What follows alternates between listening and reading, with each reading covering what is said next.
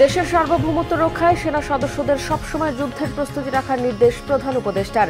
রাজবাড়ীর কালুখালীতে manoeuvre প্রশিক্ষণ। আলোচনা করেই তৈরি হবে জুলাই অভ্যুত্থানের ঘোষণাপত্র। দ্রুতই রাজনৈতিক দলগুলোর সাথে বসবে অন্তর্বর্তী সরকার। মঙ্গলবার রাতে লন্ডন যাচ্ছেন খালেদা জিয়া। গণতন্ত্রের জন্য একসাথে কাজ করতে নেতাকর্মীদের নির্দেশনা। তারেক রহমানের 4 মামলা বাতিলের আদেশ বহাল। বড় সৌদি প্রকল্পগুলো আটকে দিয়েছিল হাসিনা সরকার। তথ্য সৌদি রাষ্ট্রদূতের। অর্থ পাচারের অভিযোগে সাবেক মেয়র তাপস ও স্ত্রীর বিরুদ্ধে দুদকের মামলা। পরপারে চলচ্চিত্রের স্বর্ণালী যুগের অভিনেতা প্রবীর মিত্র। শ্রদ্ধা নিবেদনের জন্য দুপুরে নেওয়া হবে এফডিসিতে।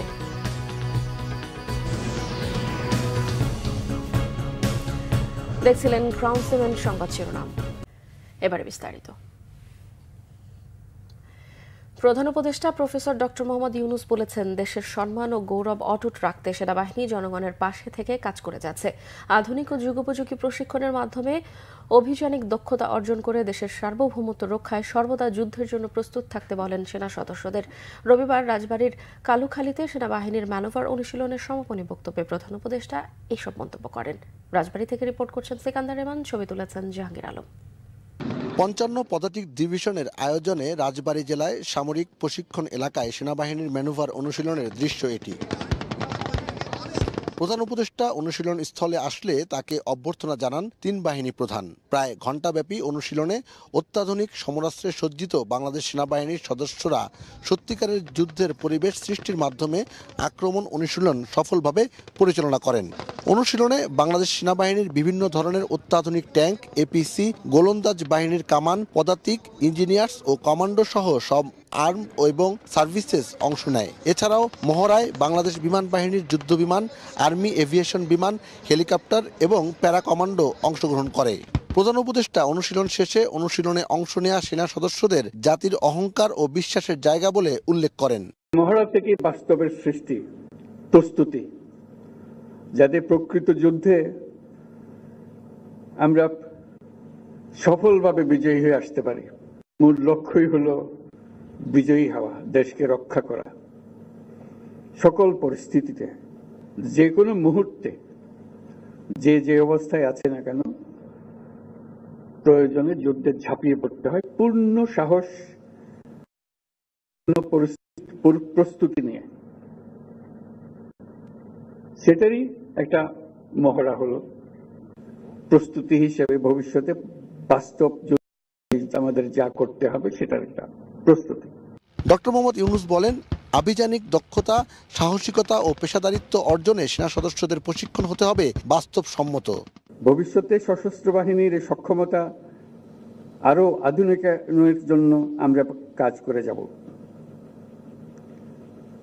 প্রশিক্ষণে সর্বোত্তম কল্যাণ এই মন্ত্রে উদ্বুদ্ধ হয়ে আধুনিক ও যুগোপযোগী প্রশিক্ষণের মাধ্যমে আভিযানিক দক্ষতা অর্জন করে দেশের সার্বভৌমত্ব রক্ষায় বাংলাদেশ সেনাবাহিনীর সদস্যগণ সর্বদা প্রস্তুত থাকবে। সেই লক্ষ্যে সেনা সদস্যদের প্রশিক্ষণ হতে হবে বাস্তবসম্মত। আমি নিশ্চিত বাংলাদেশ সেনাবাহিনীর প্রশিক্ষণের এই লক্ষ্যকে সামনে রেখেই এগিয়ে চলেছে। প্রধান উপদেষ্টা অনুশীলনে অংশগ্রহণকারী সেনা সদস্যদের দক্ষতা ও উঁচু মানের প্রশিক্ষণের প্রশংসা করেন। দেশের স্বাধীনতা সার্বভৌমত্ব প্রশ্নে এক চুলো ছাড় নয়। সেনাবাহিনীর এই প্রশিক্ষণ থেকে সে কথাই কিন্তু জানান দেওয়া হচ্ছে। 1971 সালের মহান স্বাধীনতা যুদ্ধ থেকে শুরু করে এখন পর্যন্ত দেশের সব সংকটে বাংলাদেশ সেনাবাহিনী যে ইতিবাচক এবং গৌরবময় ভূমিকা পালন করেছে তা দেশের মানুষ শ্রদ্ধার সাথে স্মরণ করে। সিকান্দার রেমান, বাংলা ভিশন, সাদারচর, কালুখালী, রাজবাড়ী। জুলাই অভ্যুত্থানের ঘোষণাপত্র তৈরিতে রাজনৈতিক দলগুলোর সাথে আলোচনায় বসতে যাচ্ছে অন্তর্বর্তী সরকার। ফরেন সার্ভিস একাডেমিতে রবিবার ব্রিফিংয়ে এমন তথ্যই জানিয়েছেন প্রধান উপদেষ্টার প্রেস সচিব শফিকুল আলম। তিনি বলেন, আলোচনা করেই ঘোষণাপত্রের খসড়া তৈরি করবে সরকার। এক প্রশ্নের জবাবে প্রেস সচিব জানান, শেখ হাসিনার আমলের পাপাচারের শেষ নেই। দেশে ফিরিয়ে এনে বিচারের মুখোমুখি করতে সর্বোচ্চ চেষ্টা করছে সরকার। গুম ইস্যুতে শীঘ্রই গণমাধ্যমকে আয়নাঘর দেখাতে চায় কমিশন। সাগররুনি হত্যাকাণ্ডের মামলা পূর্ণ তদন্ত শুরু করেছে পিবিআই। তদন্তের কাজ কঠিন হলেও দ্রুত ও ভালো কিছুর আশা করছেন তিনি। দিল্লি থেকে ইউরোপের ভিসা সেন্টার সরিয়ে নিতে এরই মধ্যে কিছু দেশ কাজ শুরু করেছে বলেও জানানো হয় ব্রিফিংয়ে। ইন্দোনেশিয়া, ভিয়েতনাম ও থাইল্যান্ড ভিসা দেবে কয়েকটি দেশের। জুলাই ঘোষণাপত্র নিয়ে আমরা বেশ কিছু ফোন কল পেয়েছি যে এটা কদ্দূর, এটা ডেভেলপমেন্ট কি। আমরা শুধুমাত্র এটা বলতে পারি এটা নিয়ে কথাবার্তা হচ্ছে এবং এটা নিয়ে সামনে পলিটিক্যাল পার্টিগুলোর সাথেও কথাবার্তা হবে। সেই আলোকেই এটা একটা ড্রাফটিংটা হবে, এটার ঘোষণাপত্র। হাসিনার যে হরর যে স্টোরিটা পুরো পৃথিবী যখন জানবে যে কি ধরনের হত্যাকাণ্ড, কি ধরনের অনাচার, কি ধরনের ডিক্টেটরশিপ সে এখানে জারি করেছিল, আমার মনে হয় তার প্রেশারটা তৈরি হবে। আমরা আমাদের প্রেশার রিলেন্টলেসলি রাখবো এবং পৃথিবীব্যাপীও এই প্রেশারটা তৈরি হবে যে তাকে বিচারের সম্মুখীন হতে হবে। আমাদের অংশীজন তো আমাদের পলিটিক্যাল পার্টি কি আমাদের অংশীজন না? তারা যদি ক্ষমতায় আসেন তারাও এই ইয়েতে থাকবে না। সচিবালয়ে আগুনে ক্ষতিগ্রস্ত 7 নম্বর ভবন খুলে দেয়া হয়েছে। প্রথম থেকে পঞ্চম তলা পর্যন্ত অফিস চালু হলেও আগুনে ক্ষতিগ্রস্ত ষষ্ঠ থেকে নবম তলা পর্যন্ত বন্ধ রয়েছে। রবিবার থেকে সীমিত আকারে অন্য কর্মকর্তা কর্মচারীদের গাড়িও সচিবালয়ে ঢুকতে দেওয়া হচ্ছে। রবিবার দুপুরে 7 নম্বর ভবন পরিদর্শনে যান গৃহায়ন ও গণপূর্ত মন্ত্রণালয়ের সচিব মোহাম্মদ হামিদুর রহমান খান।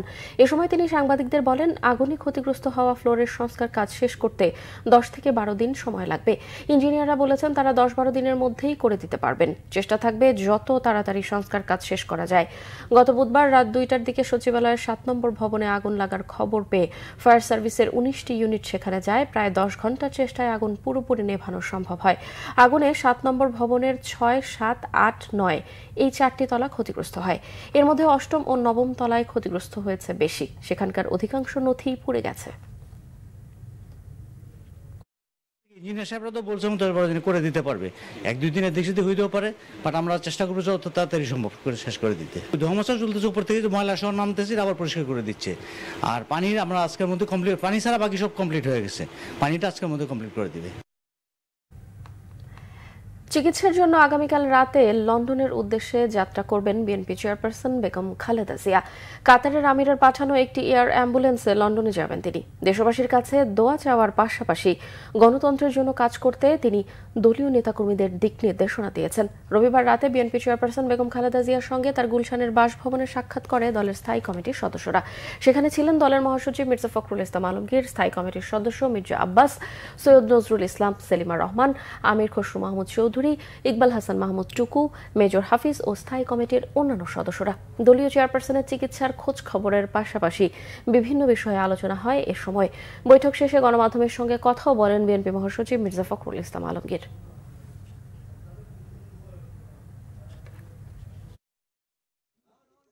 আগামী 7 তারিখে তিনি সম্ভবত রাতে তিনি লন্ডনের উদ্দেশ্যে যাত্রা করবেন তার চিকিৎসার জন্যে। সেই কারণে আমরা জাতীয় স্থায়ী কমিটির সকল সদস্য আমরা আজকে এসেছিলাম তাকে বিদায় শুভেচ্ছা জানাতে, এবং সেই সঙ্গে আমরা তার সঙ্গে আলাপ করেছি এবং কথা বলেছি এবং পরম করুণাময় আল্লাহ তাআলার কাছে এই দোয়া চেয়েছি আমরা যে আল্লাহ তাআলা তাকে যেন সম্পূর্ণ সুস্থ করে আবার আমাদের মাঝে, দেশের মানুষের মাঝে ফিরে নিয়ে আসেন। নির্দেশনা দিয়েছেন যে একসাথে কাজ করো, জনগণের পক্ষে কাজ করো, গণতন্ত্রের পক্ষে কাজ করো। বিএনপির ভারপ্রাপ্ত চেয়ারম্যান তারেক রহমানের বিরুদ্ধে চাঁদাবাজির 4টি মামলা বাতিলের রায় বহাল রেখেছে সর্বোচ্চ আদালত।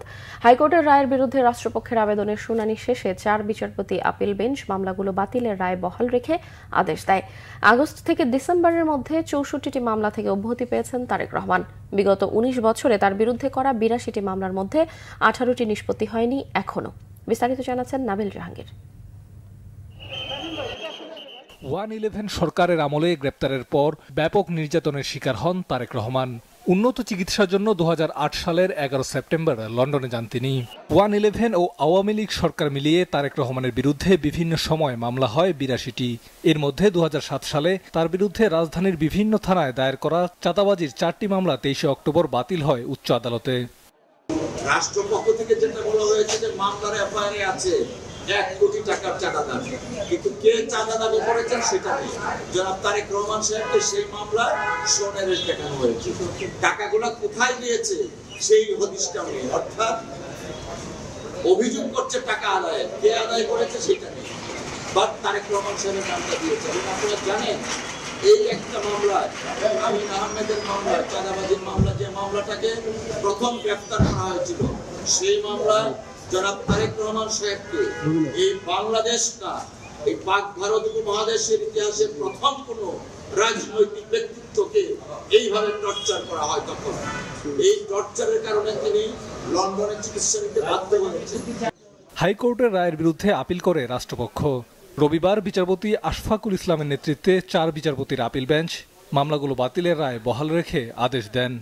রাজনৈতিক উদ্দেশ্যে তৎকালীন 111 সরকার এবং তার ধারাবাহিকতায় শেখ হাসিনার সরকার মিথ্যা বানোয়াট মামলা দায়ের করেছিল। আজকে মহামান্য আদালতের, সর্বোচ্চ আদালতের রায়ের মাধ্যমে প্রমাণিত হলো সেই মামলাগুলো মিথ্যা বানোয়াট এবং মামলাগুলোর কোনো আইনগত ভিত্তি ছিল না, ইনগ্রিডিয়েন্টস ছিল না, যে কারণেই মামলাগুলো বাতিল করা হয়েছে।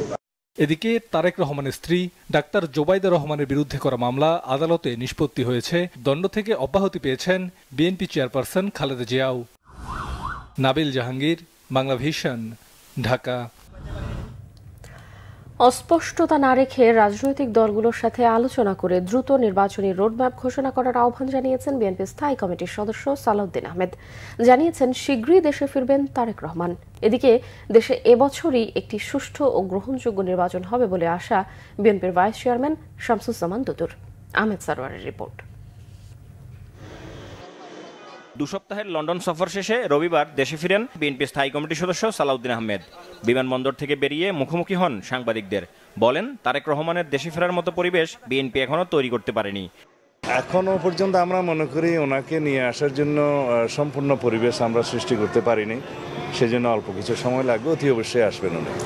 নতুন রাজনৈতিক দলকে সবসময় স্বাগত জানায় বিএনপি, তবে সেটি যেন কিংস পার্টি না হয় সেটি প্রত্যাশা সালাউদ্দিন আহমেদের। যত দ্রুত সম্ভব গণতান্ত্রিক প্রক্রিয়ায় যাতে আমরা যেতে পারি সেদিকে মনোযোগ দেওয়ার জন্য আমি অন্তর্বর্তীকালীন সরকারকে আহ্বান জানাবো। সংশ্লিষ্ট সকল মহল রাজনৈতিক দলসমূহের সাথে আলোচনা করে একটি নির্দিষ্ট রোডম্যাপ দেওয়াই হবে উত্তম কাজ। এমনি ভাষা একটি সময়ের ধারণা দেয়া, এটা আমার মনে হয় না যে সকল পক্ষকে সন্তুষ্ট করতে পারবে। জাতীয় প্রেস ক্লাবে এক আলোচনায় বিএনপির ভাইস চেয়ারম্যান শামসুজ্জামান দুদু বলেন, অন্তর্বর্তী সরকারের প্রধান উপদেষ্টার প্রতি বিএনপি সহ রাজনৈতিক দলগুলোর আস্থা আছে, তাতে সবাই আস্থা রাখতে চায়। তবে আওয়ামী লীগকে হেলা করা যাবে না, তারা বসে আছে দেশে অস্থিতিশীল পরিস্থিতি তৈরির জন্য। 90-এর গণঅভ্যুত্থানের পর বিএনপি জিতেছে, ছাত্র দলের সরাসরি নেতৃত্বে তখন গণঅভ্যুত্থান এসেছে। তা আপনাদের নেতৃত্বে যদি গণঅভ্যুত্থান হয়, তা আপনারা তো একটা রাজনৈতিক দল গঠন করার চেষ্টা করছেন না? তাহলে ইলেকশন দিবেন না কেন? ইলেকশন দিলে তো জিতবেন। বিএনপি নাকি চাঁদাবাজি করে, বিএনপি নাকি দখলবাজি করে। এই বছরের মধ্যেই গ্রহণযোগ্য একটি নির্বাচন হবে, এটা আমরা প্রত্যাশা করতে চাই। ডক্টর ইউনূস বলেছেন এই বছরের মধ্যে অথবা 26-এর প্রথমে, এর মধ্যে থাকেন। এদিকে রাষ্ট্র মেরামতে 31 দফা নিয়ে অনুষ্ঠিত কর্মশালায় ঢাকা মহানগর উত্তর বিএনপির আহ্বায়ক আমিনুল হক বলেন, রাষ্ট্র সংস্কারে বিএনপির 31 দফায় জনগণ সাড়া দিচ্ছে। জনগণকে সাথে নিয়ে আগামী দিনের সব চ্যালেঞ্জ মোকাবেলা করবে বিএনপি। অবিলম্বে নির্বাচন দিয়ে জনগণের সরকারের হাতে ক্ষমতা হস্তান্তরের দাবি জানান তিনি।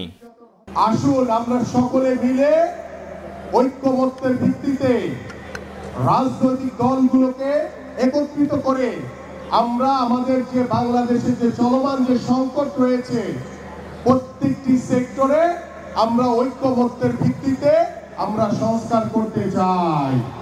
সংস্কারের নামে আপনারা নির্বাচনকে পিছিয়ে দেওয়ার যে চেষ্টা করছে বাংলাদেশের মানুষ এটা কিন্তু কোনোভাবেই মেনে নেবে না।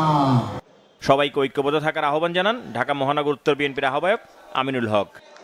আহমেদ সারওয়ার, বাংলা ভিশন, ঢাকা।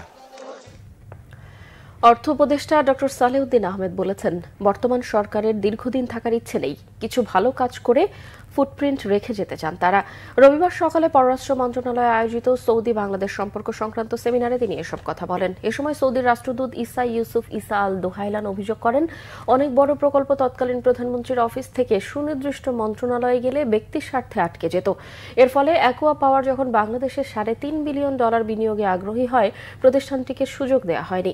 অর্থ উপদেষ্টা বলেন, সৌদির কোম্পানি আরামকোর মতো দক্ষিণ কোরিয়ার স্যামসাংকেও বিমানবন্দর থেকেই তাড়িয়ে দিয়েছিল বিগত সরকার। এমন ভুল নীতির কারণে বাংলাদেশের অর্থনীতি ক্ষতিগ্রস্ত হয়েছে। তবে বিদেশি বিনিয়োগ বান্ধব পরিবেশ এদেশে নেই, এই সত্য স্বীকার করতে হবে বলেও মন্তব্য করেন পররাষ্ট্র উপদেষ্টা তৌহিদ Hossain. The government, we have taken some reforms which we think will deliver. We'll be here for not very long time. I don't know whether foreign advisor thinks that he'll stay for another 5 years, that is his. But our plan is to retire very soon, retire or leave very soon, but we want to leave a footprint. Dhaka দক্ষিণ city কর্পোরেশনের সাবেক mayor Sheikh Fazle Noor Taposh ও তার স্ত্রী আফরিনের বিরুদ্ধে $9 লাখ পাচারের অভিযোগ পেয়েছে দুদক। 2024 সালের 19 আগস্ট পর্যন্ত মাত্র 11 মাসে শেখ তাপসের 27টি ব্যাংক অ্যাকাউন্টে প্রায় 5,500 কোটি টাকার লেনদেনের তথ্য পাওয়া গেছে। অর্থ পাচার, ক্ষমতার অপব্যবহার, অবৈধ সম্পদ অর্জন এবং অস্বাভাবিক লেনদেনের অভিযোগে তাপস দম্পতির বিরুদ্ধে মামলা করেছে দুদক। সংস্থাটি বলছে, তাপস সহ অর্থ পাচার মামলায় পলাতকদের ফিরিয়ে আনতে আইনি পদক্ষেপ নেবে তারা। রিপোর্ট করছেন ফরুক বাবু। অযোগ্য মেয়রের তালিকায় থাকা ঢাকা দক্ষিণ সিটি কর্পোরেশনের মেয়র ব্যারিস্টার শেখ ফজলে নূর তাপস দুর্নীতির বিরুদ্ধে বিভিন্ন সময় হুঙ্কার দিলেও তলে তলে নিজেই গড়েছেন অবৈধ সম্পদের পাহাড়। ঢাকা দক্ষিণ সিটি কর্পোরেশন হবে বাংলাদেশের মধ্যে সর্বপ্রথম সরকারি সংস্থা যেটা সম্পূর্ণরূপে দুর্নীতিমুক্ত। শুধু শেখ পরিবারের সন্তান হওয়ায় নামমাত্র আইনজীবী থেকে রাতারাতি বনে যান এমপি। সেখান থেকে এক লাফে হয়েছেন ঢাকা দক্ষিণ সিটি কর্পোরেশনের মেয়র। শেখ তাপস মেয়র থাকা অবস্থায় 2023 এর সেপ্টেম্বর থেকে 2024 এর 19 আগস্ট পর্যন্ত তার 27টি ব্যাংক অ্যাকাউন্টে প্রায় 550 কোটি টাকার অস্বাভাবিক লেনদেন করেছেন। তাপস দম্পতি এ সময়ের মধ্যে $9 লাখ পাচার করেছেন। শত শত কোটি টাকা তার নিজ মালিকানাধীন মধুমতি ব্যাংকে হস্তান্তরিত করেছেন। এছাড়া ক্ষমতার অপব্যবহার করে প্রায় 80 কোটি টাকার অবৈধ সম্পদ অর্জনের প্রমাণ পেয়েছে দুদক। তাপস দম্পতির দেশ ত্যাগে নিষেধাজ্ঞা দিলেও তাদের বর্তমান অবস্থান জানে না সংস্থাটি।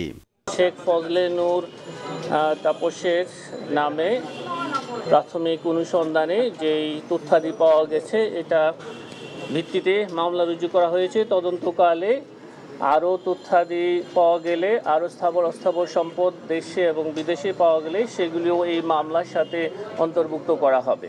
এদিকে প্রশ্ন ফাঁসের অভিযোগে গ্রেফতার পিএসসির সাবেক গাড়ি চালক সৈয়দ আবেদ আলী জীবন, তার স্ত্রী ও ছেলের বিরুদ্ধে পৃথক 3টি মামলা করেছে দুদক। পরিবারটির বিরুদ্ধে প্রায় 5.5 কোটি টাকার অবৈধ সম্পদ ও প্রায় 46 কোটি টাকার সন্দেহজনক লেনদেন প্রমাণ মিলেছে। যারা পলাতক আছেন তাদেরকে ফিরিয়ে আনার বিষয়ে ফৌজদারি কার্যবিধি অনুসরণ করে পরবর্তী কার্যক্রম গ্রহণ করা হবে। অভিযুক্তদের বিরুদ্ধে তদন্তে আরও সম্পদের তথ্য পাওয়া গেলে চার্জশিটে অন্তর্ভুক্ত করা হবে বলেও জানান সংস্থাটির মহাপরিচালক আবেদ আলী জীবন। ফরুক বাবু, বাংলা ভিশন, ঢাকা। চলচ্চিত্রের স্বর্ণালী যুগের অভিনেতা প্রবীর মিত্র আর নেই। রাজধানীর হাসপাতালে চিকিৎসাধীন অবস্থায় গত রাত 10টার দিকে মারা গেছেন। ইন্না লিল্লাহি ওয়া ইন্না ইলাইহি রাজিউন। এ সময় তার বয়স হয়েছিল 81 বছর। অসংখ্য জনপ্রিয় সিনেমায় অভিনয় করেছেন প্রবীর মিত্র। অনবদ্য অভিনয়ের জন্য পেয়েছিলেন দর্শকপ্রিয়তা। তার মৃত্যুতে দেশের চলচ্চিত্র অঙ্গনে নেমে এসেছে শোকের ছায়া। দেশের চলচ্চিত্র অঙ্গনে শক্তিশালী অভিনেতাদের মধ্যে যাদের নাম উঠে আসে তার মধ্যে প্রবীর মিত্র অন্যতম। নিজ গুণে দর্শকের হৃদয়ে জায়গা করে নিয়েছিলেন চলচ্চিত্রের নবাব খ্যাত এই সুদর্শন অভিনেতা। চলচ্চিত্র প্রেমীদের শোকে ভাসিয়ে চলে গেলেন না ফেরার দেশে। এখন তো আর শেখানোর লোকও নেই, আমরা তো সবচেয়ে বড় হয়ে গেলাম। কষ্ট হচ্ছে যে দাদা সুযোগে দিলেন না, সন্তান হিসেবে একটু সুযোগ তো দেবেন, একটু সেবা করব, ওনার সব কথা শুনবো, ওনাকে চিকিৎসা করার সুযোগটা তো দেবেন, দিলেন না। খবর পেলাম অঞ্জনা আপা নেই, ছুটে আসলাম। কালকে দাফন পর্যন্ত, আজকে হসপিটাল থেকে জাস্ট মগবাজারে গেলাম, প্রবীর দাকে নিয়ে গল্প হচ্ছিল, কথা হচ্ছিল, অঞ্জনা আপার মিলাদ নিয়ে কথা হচ্ছিল, কিন্তু এরই মধ্যে আরেকটি শোক আমাদেরকে আল্লাহ তাআলা দিবে এটা আমরা ভাবতে পারি নাই। শরীরে অক্সিজেন স্বল্পতা সহ নানা জটিলতা নিয়ে 22 ডিসেম্বর ভর্তি হন রাজধানীর একটি বেসরকারি হাসপাতালে। এরপর থেকেই তার অবস্থার অবনতি হতে থাকে। রবিবার রাত 10টার দিকে চিকিৎসকরা তার মৃত্যুর খবর নিশ্চিত করেন। ইনফেকশন যখন খুব বেড়ে যায় তখন ওনার অক্সিজেন লেভেল অনেক কমে যায়। তারপরে ওনাকে কৃত্রিমভাবে অক্সিজেন দিয়ে ওনাকে ট্রিটমেন্ট দেওয়া হয়েছিল এবং শেষ মুহূর্তে ওনার প্রতিটা অর্গানই আস্তে আস্তে ফেল করছিল এবং লাস্টে ওনার হার্ট ফেল করে এবং উনি মারা যান। চলচ্চিত্র অঙ্গনে তার যাত্রা শুরু স্বাধীনতার আগেই। 1969 সালে জল ছবিতে অভিনয় দিয়ে শুরু, তবে ছায়াছবিটি মুক্তি পায় 1971 সালের 1 জানুয়ারি। ক্যারিয়ারের শুরুর দিকে নায়ক হিসেবে কয়েকটি চলচ্চিত্রে অভিনয় করলেও পরবর্তী সময়ে অন্যান্য চরিত্রে অভিনয় করেও তিনি দর্শকপ্রিয়তা পান। তার চলচ্চিত্র চরিত্রে নেই খলনায়কের কোনো ছাপ। তিতাস একটি নদীর নাম, জীবন তৃষ্ণা, শেয়ানা, জালিয়াত, ফরিয়াদ, রক্তশপথ, চরিত্রহীন, জয় পরাজয়, অঙ্গার, মিন্টু আমার নাম, ফকির মজনুষা, মধুমিতা, অশান্ত ঢেউ, অলঙ্কার, অনুরাগ, প্রতিজ্ঞা, তরুলতা, গায়ের ছেলে সহ শতাধিক চলচ্চিত্রে অভিনয় করেছেন তিনি। পারিবারিক সূত্রে জানা গেছে, সোমবার জোহর নামাজের পর এফডিসিতে জানাজা শেষে আজিমপুর কবরস্থানে দাফন করা হবে প্রয়াত এই অভিনেতাকে। মামুন আব্দুল্লাহ, বাংলা ভিশন, ঢাকা। মানুষের ভোটের অধিকার ফিরিয়ে দিতে জাতিকে সুষ্ঠু ও নিরপেক্ষ নির্বাচন উপহার দেবে কমিশন, বলেছেন প্রধান নির্বাচন কমিশনার এএমএম নাসির উদ্দিন। রবিবার নির্বাচন কমিশনে একটি কর্মশালায় সিইসি বলেন, মানুষের প্রত্যাশা কমিশনের কাছে বেশি। সংস্কারের মাধ্যমে অতীতকে বদলাতে হবে, সংস্কার করতে হলে আইন কানুন বিধিবিধানে হাত দিতে হবে, সেই লক্ষ্যেই কাজ করছে কমিশন। তিনি বলেন, 18 কোটি মানুষের কাছে অবাধ, সুষ্ঠু ও গ্রহণযোগ্য নির্বাচন অনুষ্ঠানে কমিশন প্রতিশ্রুতিবদ্ধ, কমিশন তার প্রতিশ্রুতিতে অটল। কমিশনার আবুল ফজল মোহাম্মদ সানাউল্লাহ বলেন, নির্বাচনে অনাগ্রহ, তরুণ ভোটারদের ভোট দেওয়ার অভিজ্ঞতা না থাকা এগুলো নির্বাচনের দুর্বলতা। ইসি আনোয়ারুল ইসলাম বলেন, বিগত সরকারের আমলে নির্বাচন যেভাবে কুলুষিত হয়েছে সেটাকে পুনরুদ্ধার করতে যা যা করা দরকার কমিশন তার সবই করবে। ভোটার তালিকা হালনাগাদে সামান্যতম অনিয়ম, অবহেলা ও অস্বচ্ছতা সহ্য করা হবে না বলেও জানান তিনি। সংবাদ শেষ করব ক্রাউন সিমেন্ট শিরোনামগুলো আরও একবার জানিয়ে।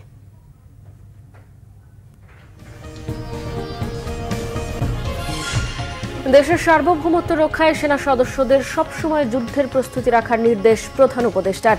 রাজবাড়ীর কালুখালীতে ম্যানোভার প্রশিক্ষণ।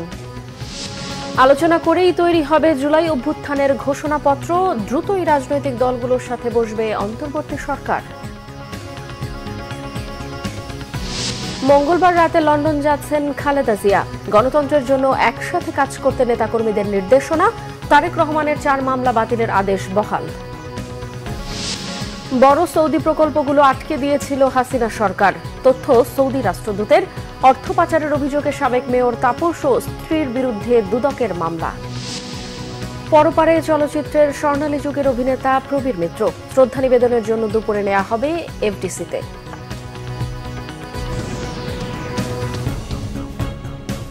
দর্শক, এই ছিল এখনকার মতো। পরের সংবাদ সকাল 10টায়, এর আগে সকাল 9টায় রয়েছে নিউজ টপ 10 দেখার আমন্ত্রণ রইল। এছাড়া বাংলাদেশের সংবাদ ও সংবাদ সংশ্লিষ্ট অনুষ্ঠান দেখতে ভিজিট করুন www.bbnews24.com ও facebook.com/bangladeshnewse এবং সাবস্ক্রাইব করুন youtube.com/bangladeshnewse। এতক্ষণ সঙ্গে থাকায় ধন্যবাদ সবাইকে।